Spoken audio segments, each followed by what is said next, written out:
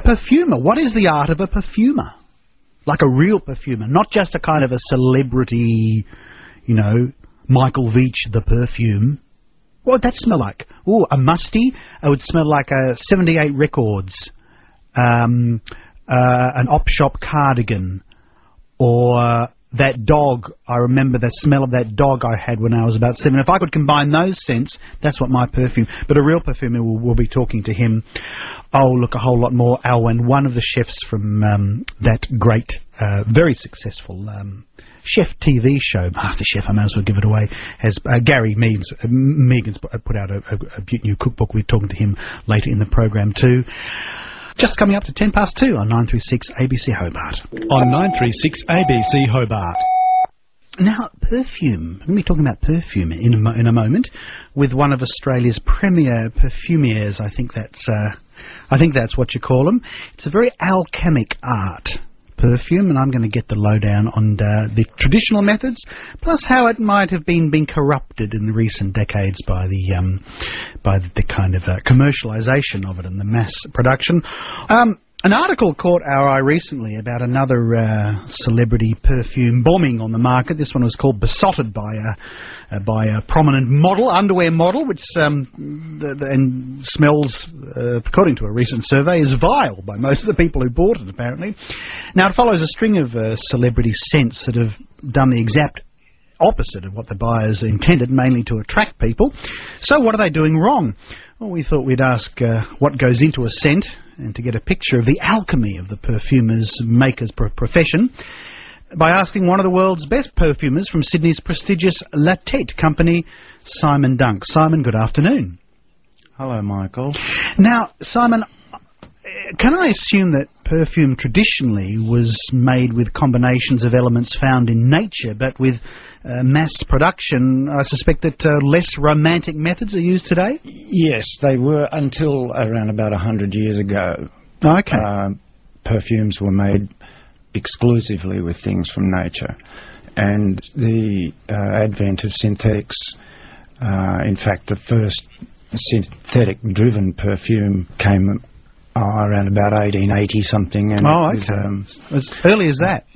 And then it took them another 20 years to come up with another one, and that was Guerlain's Jiggy, which you can still buy today. Oh, really? Then there was another gap of about 20 years, and Guerlain brought out Shalimar, and Chanel brought out number 5 in the 1920s, around about the same time. And since then, the advent of chemistry and the organic chemists that are employed to do nothing other than to discover new molecules or create new molecules has just left the industry flooded with them ever since. Who back in those days, who bought perfume? Was it the well-to-do or the middle-class people, or which of the women that was it? Yeah. If you go back to the start of it, to the modern industry, not the ancient industries, but the modern industry. And it was, it goes back about as far as Catherine de Medici, when she was to marry the Prince Regent of France. Her grandfather was the Pope, and he wanted to liaise a lot of European royal households. And the story is that when she first met her betrothed, she almost fainted from the smell of him. And so when she moved to Paris from Italy, she took with her her entire retinue of cooks, cosmeticians and perfumers. There was no industry in France, and it came from Italy. But I think everyone smelt in those days, didn't they? I mean, hardly anyone ever washed. Even the rich people didn't wash much. Well, that's right. No running water much, and certainly no hot water, and soap was almost unheard of. And people didn't understand where disease came from. No. And once they started to work that out, they figured, well, if there's sickness and disease, there's usually extra stink over and above the average.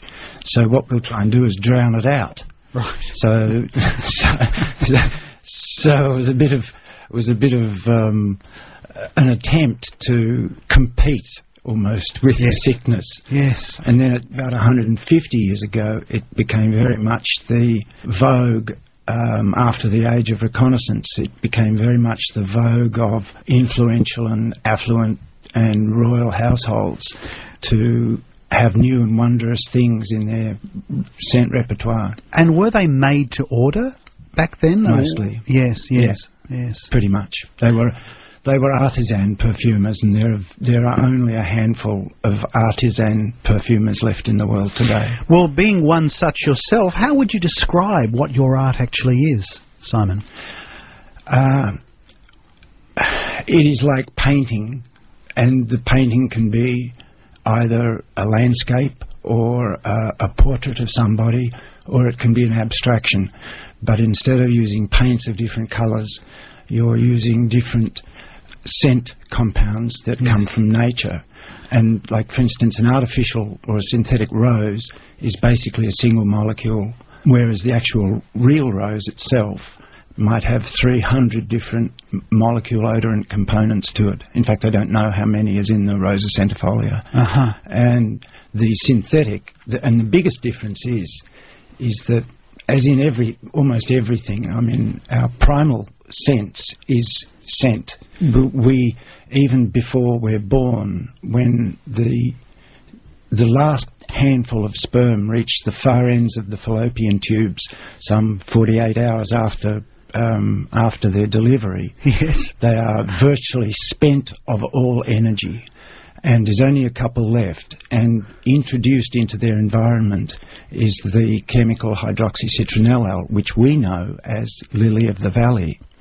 And when the sperm actually sense this scent in their environment, it triggers off a reaction that's called capacitization, which is their last incredible flurry of energy in order to be the first to reach the egg in front of them. Good gracious. So that the scent is involved in our creation even before we're born. At conception, in fact. Precisely. In fact, it triggers conception. And some 3 months into the fetal life, we have an intact, functioning taste and olfaction system, which is sampling amniotic fluid. Now, how does our olfactory capacity compare to that of other animals? I mean, we know that dogs and pigs, but where are we in the scale of mammals with the strength of our what is our strength of smell compared to other animals? Well, in one sense, we're on a par, but in another sense, because we've gone through some evolutionary processes which had us stand up and literally move our nose away from the volatile rich earth. Yes.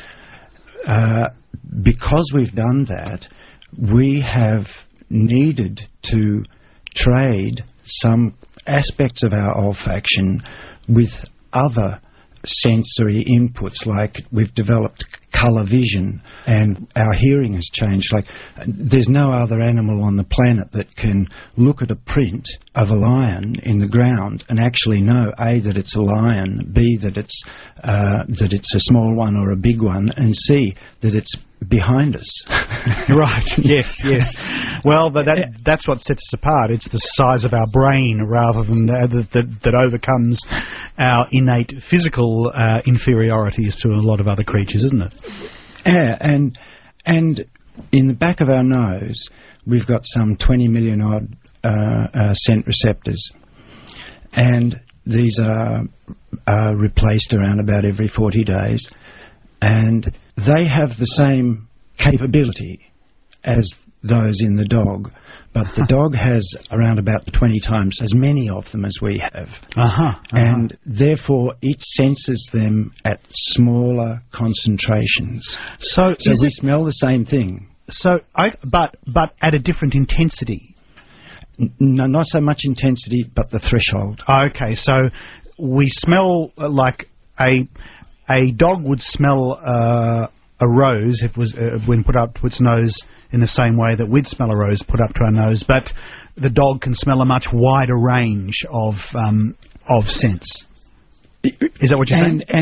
No, it smells them in fewer parts per million. Okay. Interesting.